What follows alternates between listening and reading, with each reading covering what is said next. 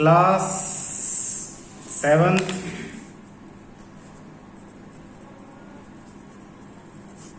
Maths chapter 3 exercise 3.3। ये आपका first question है, रीड करो इसे। Exercise 3.3, use the bar graph, figure 3.3, ये वाला figure. Answer the following question. दो क्वेश्चन है आपके पास। फर्स्ट है which is the most popular pet. तो यहां पे देखो, dogs, cat, rabbits, hamsters, others, इनके ऊपर ये ग्राफ दे रखे हैं, इन्हें बार ग्राफ कहते हैं। कहां तक है? डॉग 8 तक, pet owned by the students of class 7। Class 7 में बच्चों से पूछा किसने कौन कौन से पेट खरीदे हुए हैं। तो आप देखोगे कि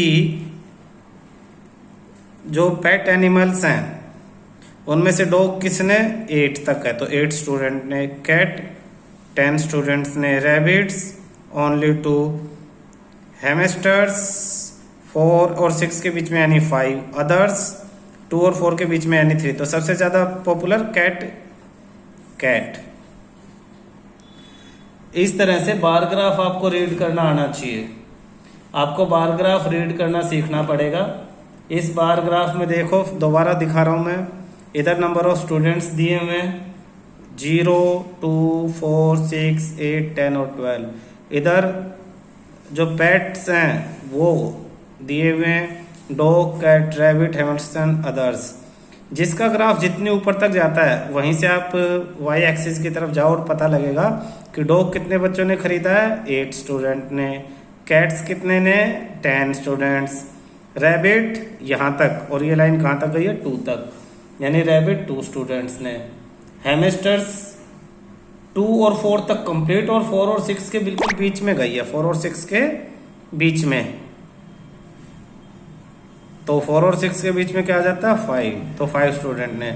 इसी तरह अदर्स 2 और 4 के बीच में 3 तक है, तो 3 स्टूडेंट्स ने। क्वेश्चन में कहा विच इज मोस्ट पॉपुलर, जो सबसे ज्यादा बच्चों ने खरीदा वही सबसे पॉपुलर है, तो सबसे ज्यादा बच्चों ने कैट को खरीदा है, cat is most popular. Second, how many student have dog as a pet, कितने स्टूडेंट ने डॉग खरीदे हुए हैं, तो कितने स्टूडेंट के पास डॉग्स हैं एज अ पेट, 8 स्टूडेंट्स के पास हैं। तो ऐसे वो किसी के भी पूछ सकते हैं। सबसे मिनिमम पूछ सकते हैं रैबिट है, सबसे मैक्सिमम कैट है, 8 डॉग्स हैं। पूछे कि 3 स्टूडेंट्स, ऐसा बताओ जो 5 स्टूडेंट्स ने रखा हुआ एज अ पेट, तो हैमस्टर है। तो आपसे रिवर्स क्वेश्चन भी इसमें से ग्राफ देख के पूछे जा सकते हैं। नेक्स्ट क्वेश्चन आपके पास देखना, read the bar graph. Question second, read the bar graph 3.4। ये ऊपर वाला बार ग्राफ ये आपका दिया हुआ है, ये 3.4, which shows the number of the books sold by the book store during 5 consecutive years. 1989 में कितनी बुक सोल्ड की, 1990 में, 1991, 1992 और 1993। ये 1993 में कितनी बुक सोल्ड आउट की है। And answer the following question, about how many books were sold in 1989। यहाँ है सबसे पहले 1989। इस लाइन को आप सीधा वहां तक लेके जाओगे तो देखो 100 और 200 के बीच में एक मार्क है, ये है 50 यानी 150। तो 150 और 200 के बीच में ये 200 है यहाँ, तो 200 और 150 के बीच तक ये गया है, तो ये कहाँ तक गया, 75 तक, 175। तो 1987 में 89 में 175 नंबर्स ऑफ बुक्स जो है वो सोल्ड आउट हुई है। आप फिर देखिए 1990, ये 1990 है, स्केल से आप सीधा जाओगे तो ये कहाँ तक गया है, 500 से नीचे है, तो 475। फिर 1992, ये रहा 1992, स्केल से जाओगे 200 से ऊपर है, लेकिन 200 और 300 के मिड में नहीं है, मिड के भी मिड में है। जैसे 200 और 300 का मिड यहाँ है, तो इसके और इसके मिड में यहाँ पहुँचते हैं, तो 225 बुक सोल्ड आउट की है। तो इस तरह से आपको एग्जैक्ट नंबर नहीं दे रखा होगा, आपको गैप से अंदाज़ा लगा के और अपने कॉमन सेंस यूज करके बताना है। In which years were about 475 book sold, 475, तो हम यहाँ से देखेंगे, ये रहा 475, कौन से ईयर में, 1990 में। तो किस में, 1990 में 475 बुक सोल्ड आउट किए। अबाउट 225, तो अबाउट 225 1992 में सोल्ड आउट किए हैं। ठीक है, इसके बाद भी इसमें क्वेश्चंस हैं, देख। इन which years were fever then 250 books, 250 book से कम किस ईयर में है, तो ये 2 ईयर्स है, 1989 और 1992। 1989 में कितनी बुक्स सोल्ड आउट हुई हैं, 175, और 1992 में 225, both are less than 250। Fourth आपका क्वेश्चन है, can you explain how you would estimate the number of books sold in 1989? 1989, yes. वो पूछ रहा है कि 1989 में ये जो बुक सोल्ड आउट की हैं, तो आप कैसे एस्टिमेट लगाओगे? We will divide the length between 100 and 200 in 4 equal parts. First हम इनका दोनों का मिड पॉइंट फाइंड आउट करेंगे, और देन अगेन मिड पॉइंट्स। तो 1 2 3 4, each gap represent 25, 50, 75 and 100। By calculating this, we can estimate the book sold in 1989. हम 100 और 200 के बीच में गैप फॉर्म कर लेंगे, 4 गैप बन जाएंगे, सब 25, 25, 25 को रिप्रेजेंट करेंगे। पहले तो मिड पॉइंट लगा लेंगे, तो मिड पॉइंट के 50 ऊपर 50 नीचे, फिर ऊपर वाले 50 का फिर मिड पॉइंट, यानी उसमें 25 ऊपर 25 नीचे, तो नीचे 50 और 25 75 हो जाते हैं। 75 में ये 100 ऐड कर देंगे, 175 हो जाएंगे। तो इस तरह से आपका ये क्वेश्चन खत्म हो जाता है। क्वेश्चन थर्ड देखो, number of children in 6 different classes are given below. Class 5th 6th 7th 8th 9th और 10th, कितने बच्चे हैं? 135, 120, 95, 100, 90 and 80। How would you choose a scale? Represent the data on bar graph. आपको bar graph पे इसे बनाना है, आप scale किस तरह से चूज करोगे? We will choose the scale by minimum and maximum, by seeing the minimum and maximum number. Answer the following question. Which class has maximum number of children? 5th class. And the minimum is 10th class. Find the ratio of student of the class 6 to the student of class 8. 6th 120 divide by 100, तो दोनों का ratio हो जाएगा 120 divide by 100, 0 से 0 cancel, 12 by 10, फिर 2 से 6 और 5, तो 6:5 आपका आंसर आ जाएगा। 120 कौन से क्लास में? 6th में, और 10th में 8th में कितने हैं? 100 है, तो 120 by 100, 12 by 10 हो जाएगा, फिर 2 से 6:5। अब सबसे पहला काम हम करते हैं जो क्वेश्चन में कहा है, represent the data on the bar graph. Data के लिए बार ग्राफ बनाते हैं। बार ग्राफ के लिए 2 लाइनें बनेंगी, एक हॉरिजॉन्टल लाइन, हॉरिजॉन्टल इस तरह से टेढ़ी, और एक वर्टिकल, वर्टिकल इस तरह से। तो देखते हैं, ये आपकी हॉरिजॉन्टल लाइन और ये आपके पास वर्टिकल लाइन। क्लियर है? तो क्लास और नंबर ऑफ चिल्ड्रेन, इधर क्लास लिखेंगे हम, क्लास, और इधर लिखेंगे हम वर्टिकल पे number of children. Number of children के लिए मार्क करेंगे, हमें 80 से 135 तक शो करना है।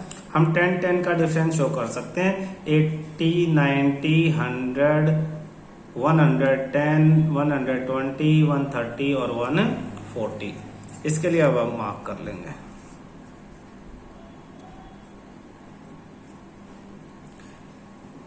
इक्वल इक्वल गैप पे निशान लगा लेंगे। 1 सेंटीमीटर पे हम निशान लगा लेते हैं।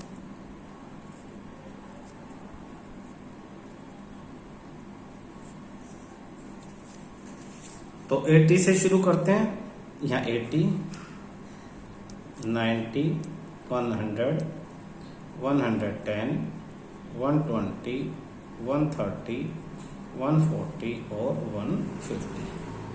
ये जीरो है। अब जीरो ये देखना, यहाँ ध्यान से, यहाँ मैं कुछ सिखा रहा हूँ। यहाँ 80, 90, 100 सब में 10 का गैप है, बट 0 और 80 में 80 का गैप है। तो आप 0 से 10 और 10 10 10 करके 150 तक शो करने की जरूरत नहीं है। आप इस लाइन पे क्या बढ़ा दो, किंक कहते हैं, किंक। कैसे लाइन सीधी, एक कैसे निकाला, एक टेढ़ा और एक ये। आपने अपनी पिछली क्लासों में बार ग्राफ में ये यूज किया होगा, किंक। तो जब भी ग्राफ बनाना है और 0 से जो पहला नंबर है उसमें बहुत ज्यादा गैप है, तो आप इस तरह से ये टेढ़ी लाइन बना के, किंक बना के इसे शो कर सकते हो। इसका मतलब 0 से 80 तक के बीच में यहाँ सब हैं, लेकिन हम दिखा नहीं रहे हैं उन्हें। अब क्लास कितनी है आपके पास, 6 क्लासेस हैं, तो 6 आपको यहाँ पे बनाने पड़ेंगे बार्स। तो पहला बार, सपोज इनके लिए भी हम निशान लगा लेते हैं। 6 बार्स के लिए 1-1 सेंटीमीटर के निशान यहां लगा लेते हैं।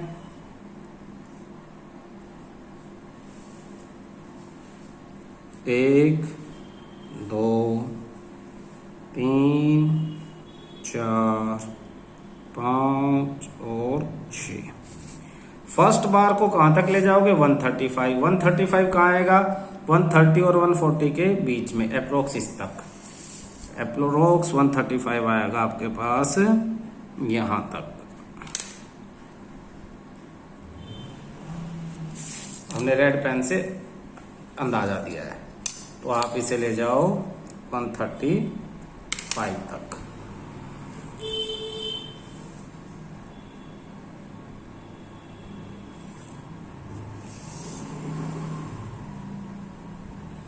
और आप इसके ऊपर लिख भी दो, या तो इसके अंदर लिख दो या इसके ऊपर लिख दो।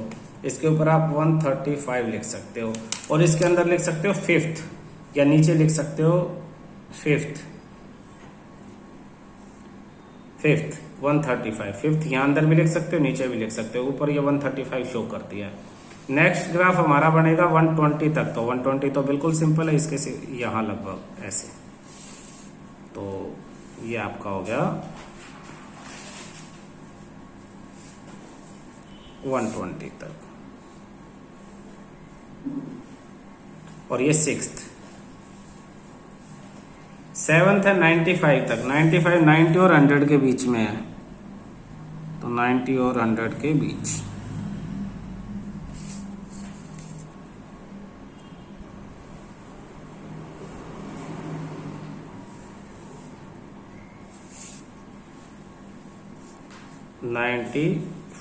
सेवंथ। 8th में 100, तो 100 तो एग्जैक्ट पॉइंट पे ही है, कोई दिक्कत नहीं है।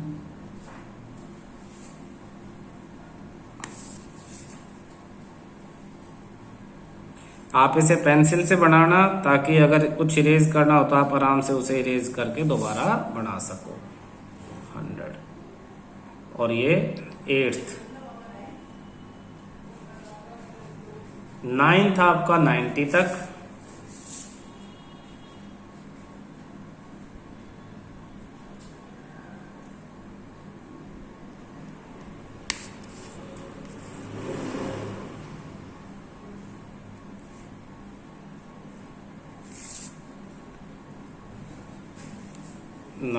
तक 9th,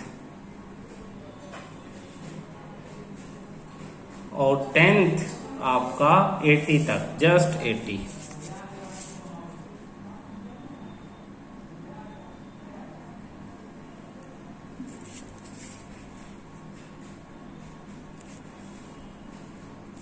तो ये आपका हो जाता है 10th। इसमें इसने सबसे पहले पूछा था how would you choose a scale. तो for choosing a scale we will see the minimum and maximum value. Maximum 135, find the gap between them, 80 and 135 के बीच में आप गैप फाइंड आउट करोगे तो गैप कितना हो जाता है आपके पास में, अप्रोक्स ये 140 है तो 60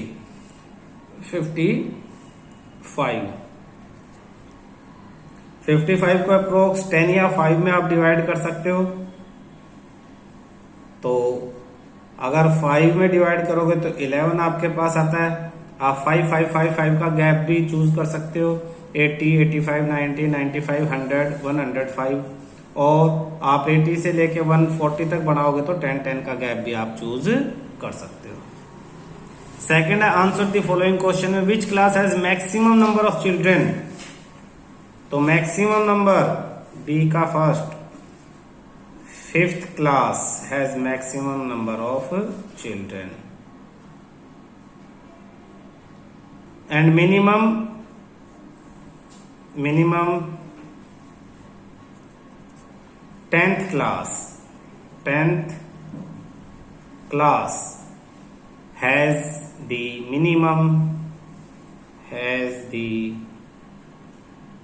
minimum number of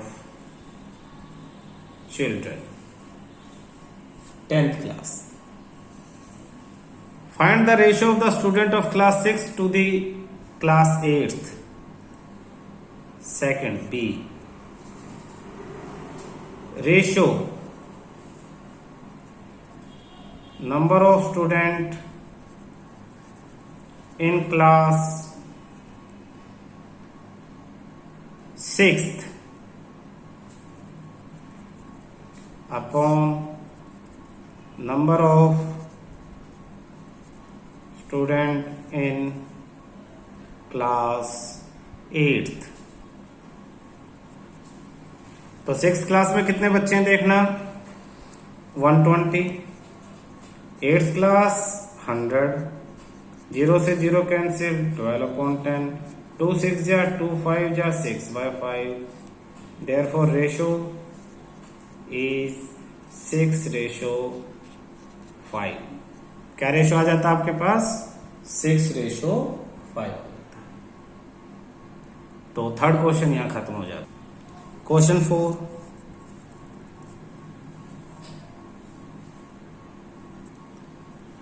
the performance of a student in the performance of a student in first term and second term is, first term and second term is given. Draw a double bar graph. Draw a double bar graph. Choosing appropriate scale and answer the following. Choosing appropriate scale and answer the following. Table क्या आपके पास देखना, table में given है subject, first term maximum marks 100, second term maximum marks 100। Subject आपके पास English, Hindi, maths, science, social science. English first term में 67, second term 70, Hindi 72, 65, maths 88, 95, science 81, 85, social science 73, 75। तो इसके लिए ग्राफ बनाने के लिए ग्राफ पेपर का यूज करेंगे। आप इस तरह से स्केल से हॉरिजॉन्टल एक्सिस,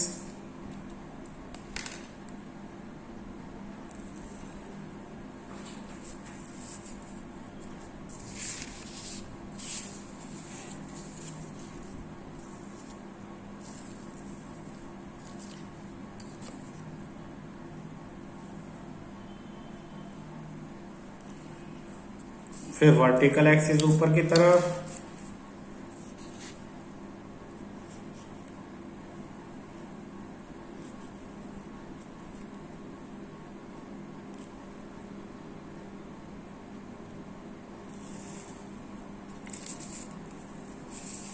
तो ये 0 ऊपर की तरफ वर्टिकल एक्सिस पे आप 0 10 10 के गैप पे नंबर लिख सकते हो। 10 20 निशान इन पे पहले ही लगे हुए हैं। 30 40 50 60 70 80 90 100। और जो वर्टिकल एक्सिस है हॉरिजॉन्टल पे आप सब्जेक्ट लिखोगे। सबसे पहले इंग्लिश में पहले 67 मार्क्स थे और उसके बाद मार्क्स थे 70। मैं काउंट कर लेता हूँ 1 2 3 4 5 6 6 2 12 और इनके बीच में गैप 13 14 15 16 अगर ये होते हैं तो हम 1 1 का थिकनेस लेंगे, अदरवाइज थिकनेस कम कर देंगे। 1 2 3 4 5 6 7 8 10 11 12 13 14 15 16। ठीक है, हम 1 1 की थिकनेस लेंगे और एक एक बीच में छोड़ते हुए चलेंगे। तो सबसे पहले इंग्लिश में 67 की हाइट तक जाएगा। ये 67, ये देखो 60 और 17 के बीच में ये छोटे छोटे जो गैप हैं ये 1 1 को रिप्रेजेंट करते हैं। तो एक 67 5 6 7, ये 67 हो गया आपके पास। ये तो इसे नीचे साइड में नीचे डबल बार ग्राफ का मतलब क्या है? इंग्लिश में एक में तो 67 थे और दूसरे में क्या थे? सेकंड टर्म में 70 थे। तो इसके साथ ही 70 वाला ग्राफ भी बनाना है आपको। ये 70 वाला ग्राफ बन गया आपका साथ में ही।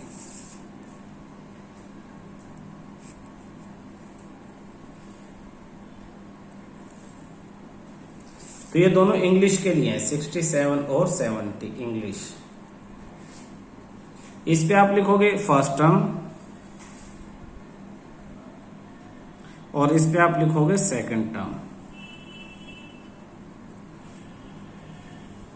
आप इन पे शेड भी कर सकते हो अलग अलग। जैसे सपोज इस पे आपने इस तरह के पॉइंट बना दिए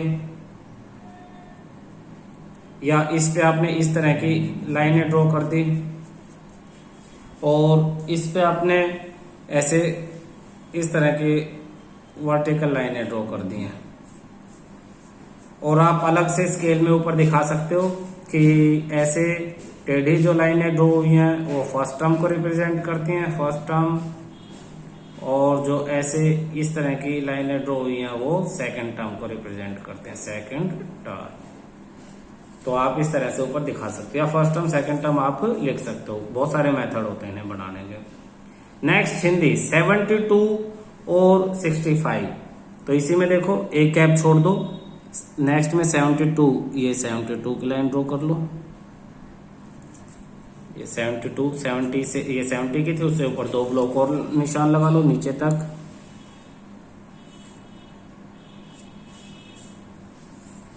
ये फर्स्ट टर्म 72 और सेकंड टर्म 80। तो सेकंड टर्म 80,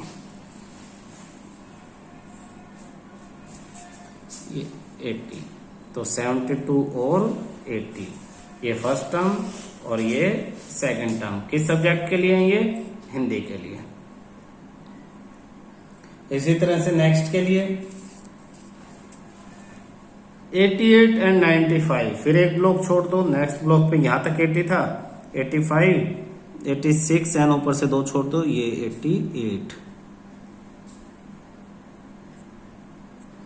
तो 88 के लिए आप ड्रॉ करो।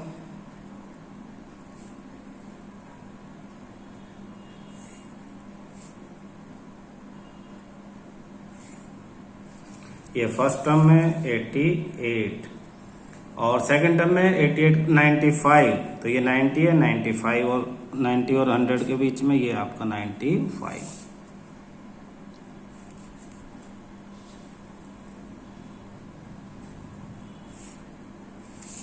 तो ये आपका फर्स्ट टर्म, ये सेकंड टर्म में 95 और सब्जेक्ट हमारा है मैथ्स, तो इसके नीचे आप लिख दो maths.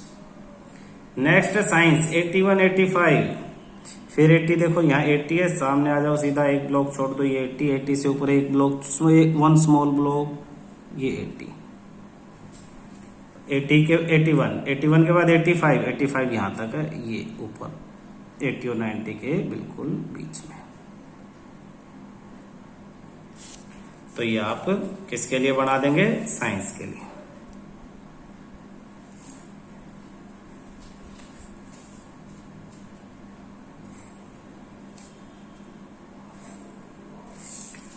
First term, second term, 81 85 और साइंस। नेक्स्ट सोशल साइंस 73 75, तो ये 70 वाली लाइन लेके आओ, ये 73 3 स्मॉल बॉक्स 1 2 3 73 एंड 75।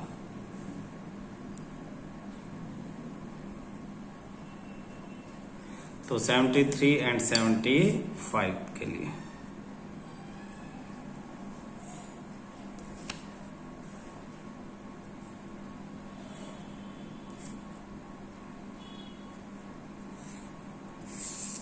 तो यहाँ आपका ये फर्स्ट, ये आपका सेकंड, ये 73 और ये 75 सब्जेक्ट इज सोशल साइंस।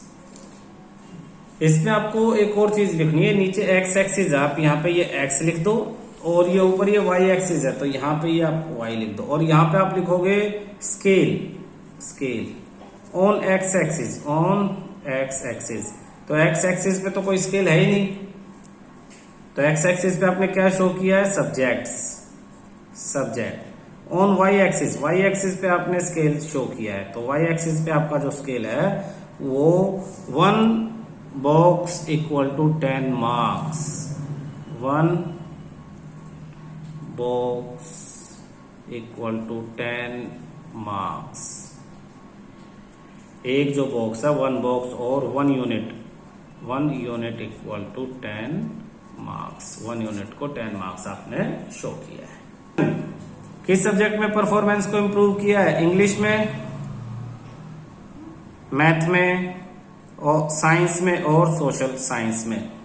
फिर उसने पूछा है in which subject improved the least, किसमें सबसे कम इंप्रूव किया है? इसमें कितना इंप्रूवमेंट है? 3 मार्क्स का, इसमें 7 मार्क्स, इसमें 4 मार्क्स और इसमें 2 मार्क्स। तो सोशल साइंस में सबसे कम इंप्रूव किया है। और थर्ड है has the performance gone down in any subject? Yes, in Hindi performance is gone down, Hindi में परफॉर्मेंस जो है वो कम हुई है, -7 मार्क्स, 7 मार्क्स उसके कम हुए हैं। चलिए